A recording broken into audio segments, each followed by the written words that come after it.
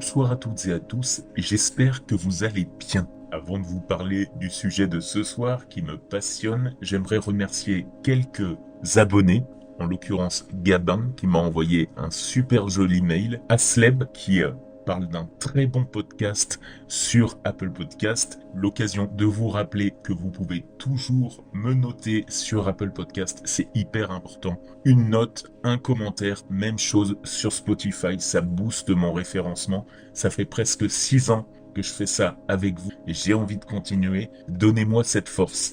Et si vous voulez encore plus me faire rêver, vous n'avez qu'à me suivre sur TikTok et sur YouTube. Dans le Noir Podcast, je propose des épisodes immersifs, plus courts, des vidéos très terrifiante. J'ai hâte de vous retrouver et vous mettrez un petit commentaire sur TikTok ou YouTube pour me mettre que vous êtes venus de cet épisode. Merci encore à tous, c'est grâce à vous que je peux avancer. Je vous invite ce soir dans un voyage particulier, un voyage dans des lieux que vous connaissez tous, mais que personne ne devrait connaître de cette façon. Fermez les yeux un instant. Imaginez-vous dans un couloir d'hôtel, moquette beige, papier jaune défraîchi, lumière fluorescente qui grésille légèrement au plafond. Les portes se succèdent, toutes identiques, numérotées 201, 202, 203. Vous marchez, mais vous ne savez plus vraiment où se trouve votre chambre. Le couloir, lui, semble s'étirer à l'infini. Il n'y a personne, aucun bruit, si ce n'est celui de vos propres pas étouffés par la moquette. Et soudain, quelque chose ne va pas. Vous ne pouvez pas le nommer, mais vous le ressentez. Ce lieu n'est pas normal. Bienvenue dans un liminal space. Mais qu'est-ce qu'un liminal space? Moi, je l'ai découvert via plein de vidéos YouTube et plus tard des vidéos courtes TikTok. Et vous connaissez la magie des algorithmes. Plus vous envoyez, plus vous envoyez. Le terme liminal vient du latin limen, qui signifie seuil. Un espace liminal, c'est donc littéralement un espace de seuil, un entre-deux. En anthropologie, le concept de liminalité a été développé dans les années 60 par Arnold van Gennep, puis approfondi par Victor Turner. Il décrivait les phases de transition dans les rituels sociaux. Ce moment où l'on n'est plus ce qu'on était, mais pas encore ce que l'on va devenir. Mais sur Internet, et plus particulièrement depuis 2019, les liminal spaces ont pris une toute autre dimension. Ce sont des photographies de lieux banals, transitoires, souvent vides. Des parkings souterrains déserts, des escaliers de centres commerciaux après la fermeture, des salles de jeux d'arcades abandonnées, des piscines intérieures sans personne, des bureaux vides en pleine nuit. Ces images ont envahi Reddit, TikTok, Instagram. Elles génèrent des millions de vues et surtout, elles provoquent toutes la même réaction viscérale. Un malaise inexplicable, une nostalgie étrange, parfois même de l'angoisse. Mais pourquoi ? Tout a commencé en 2019, quand une image est devenue virale. La photo montrait ce qui ressemblait à un sous-sol, avec une moquette jaune moisie, des murs beiges et des néons qui baignaient dans une lumière artificielle dérangeante. Des pièces vides s'étendaient à perte de vue, sans fenêtres, sans meubles, sans vie. Cette image a donné naissance au mythe des backrooms, l'idée qu'il existerait quelque part entre les dimensions un espace infini de pièces vides pourrait se retrouver coincé si l'on no-clip travers la réalité, comme dans un jeu vidéo qui buggerait. Mais les backrooms ne sont qu'une expression extrême du concept. Les vrais liminal spaces sont partout autour de nous. Ce sont des lieux que nous traversons sans jamais vraiment les habiter. Pensez à un aéroport à 3 heures du matin. Les boutiques sont fermées, les sièges sont vides, seuls quelques écrans affichent des horaires de vol. Vous êtes entre deux destinations, littéralement en transit. Vous n'êtes plus chez vous, mais vous n'êtes pas encore arrivé. Ou encore, un parking de supermarché à la tombée de la nuit. Les lampadaires s'allument, un par un, projetant des ombres longues et froides. La plupart des voitures sont parties. Vous entendez le bourdonnement d'un transformateur électrique au loin. Vous êtes seul, complètement seul, mais vous avez la sensation étrange d'être observé. Ces lieux partagent tous des caractéristiques communs. Ils sont familiers, mais déserts, banals, mais inquiétants, quand ils sont vidés de leurs fonctions habituelles. Laissez-moi vous donner quelques exemples qui ont particulièrement marqué les internautes. Les couloirs d'hôtel, ils sont probablement l'archétype du liminal space. Ces longs corridors identiques, avec leur éclairage tamisé, leurs portes numérotées qui se ressemblent toutes. Vous les traversez rapidement pour rejoindre votre chambre, mais si vous vous arrêtez vraiment pour les observer, quelque chose cloche. Ils sont conçus pour être traversés, jamais habités, et quand ils sont vides, ils deviennent presque hostiles. Un autre exemple, les aires de jeu intérieures. Vous savez, ces espaces dans les fast-food avec des toboggans en plastique coloré, des piscines à balles, des trampolines.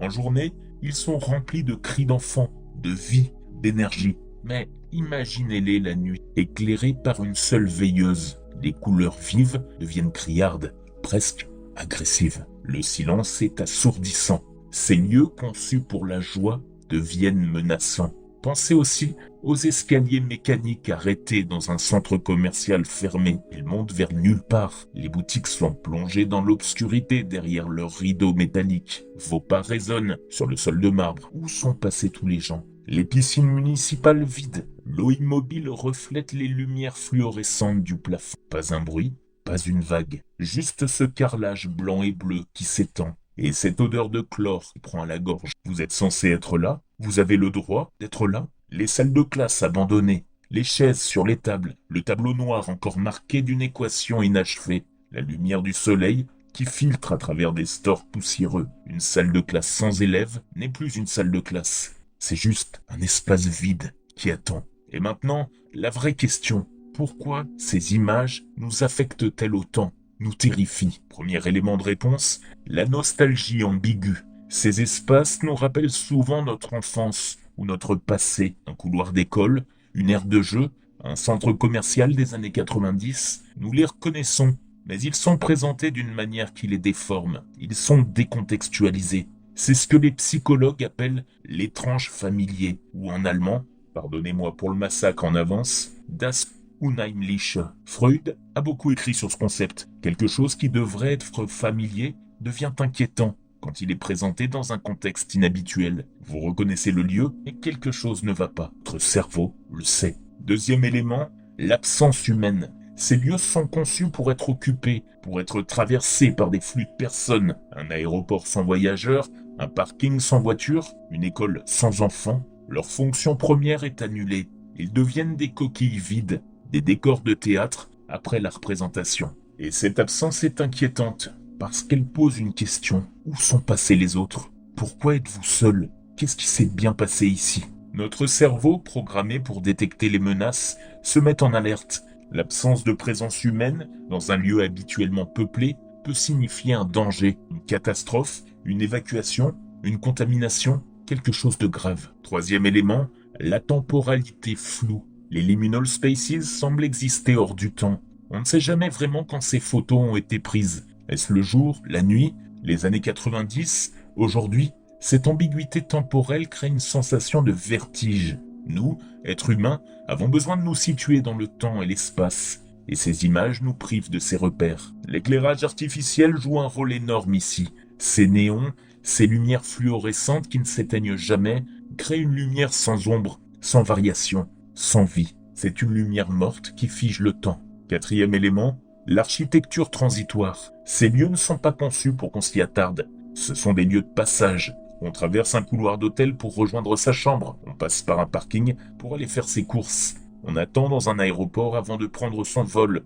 Personne ne vit dans ces espaces. Et quand on s'y arrête vraiment, quand on les observe en dehors de leur fonction, ils révèlent quelque chose d'absurde. Leur architecture devient surréelle. Les proportions semblent étranges, les couleurs souvent datées et artificielles, et paraissent presque toxiques. Cinquième élément, et dernier, la culture du glitch. Nous vivons dans une ère numérique où nous sommes habitués aux bugs, aux glitch, aux erreurs de chargement dans les jeux vidéo. Vous connaissez cette sensation quand un jeu bug et que vous vous retrouvez dans une zone qui n'était pas censée être accessible. Un décor à moitié chargé, sans texture, sans PNJ. Les liminal spaces donnent exactement cette impression, comme si la réalité avait mal chargé, comme si vous étiez passé à travers une faille et vous vous retrouviez dans les coulisses du monde. Cette idée a d'ailleurs été parfaitement exploitée par le mythe des backrooms. Vous, no clip, à travers un mur, et vous vous retrouvez dans cet espace infini de salles vides. C'est la réalité qui bug. Il y a quelque chose de profondément poétique dans les liminal spaces.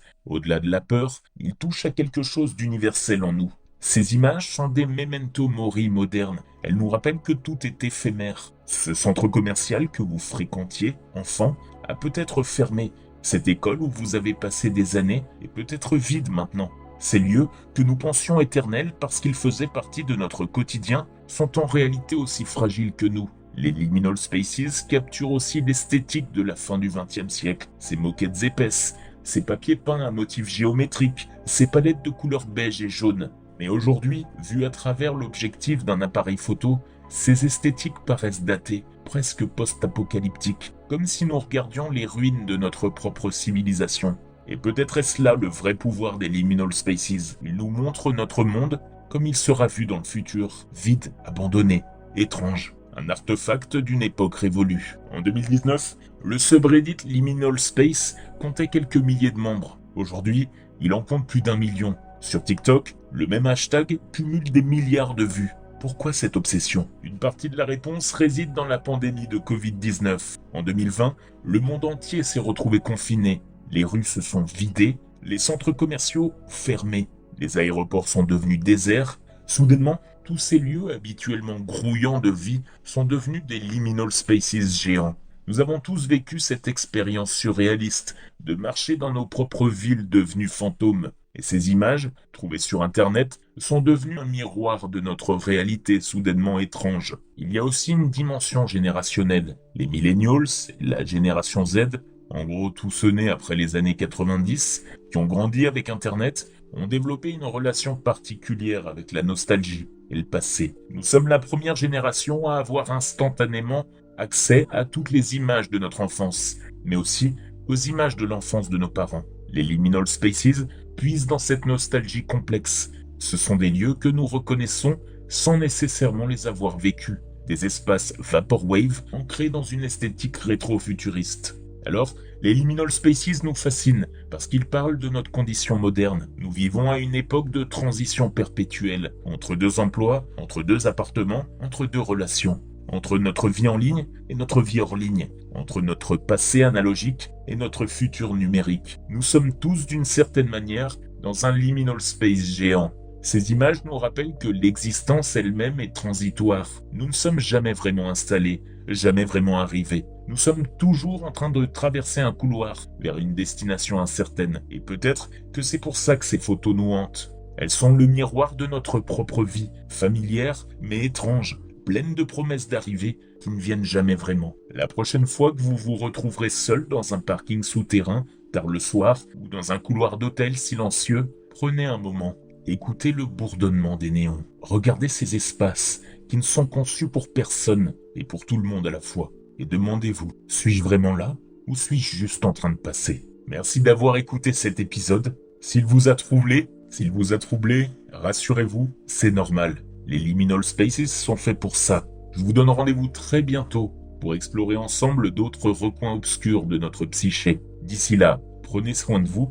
Et la prochaine fois que vous traverserez un espace transitoire, n'oubliez pas de regarder autour de vous. On ne sait jamais ce qu'on pourrait y trouver. À très bientôt, dans le noir.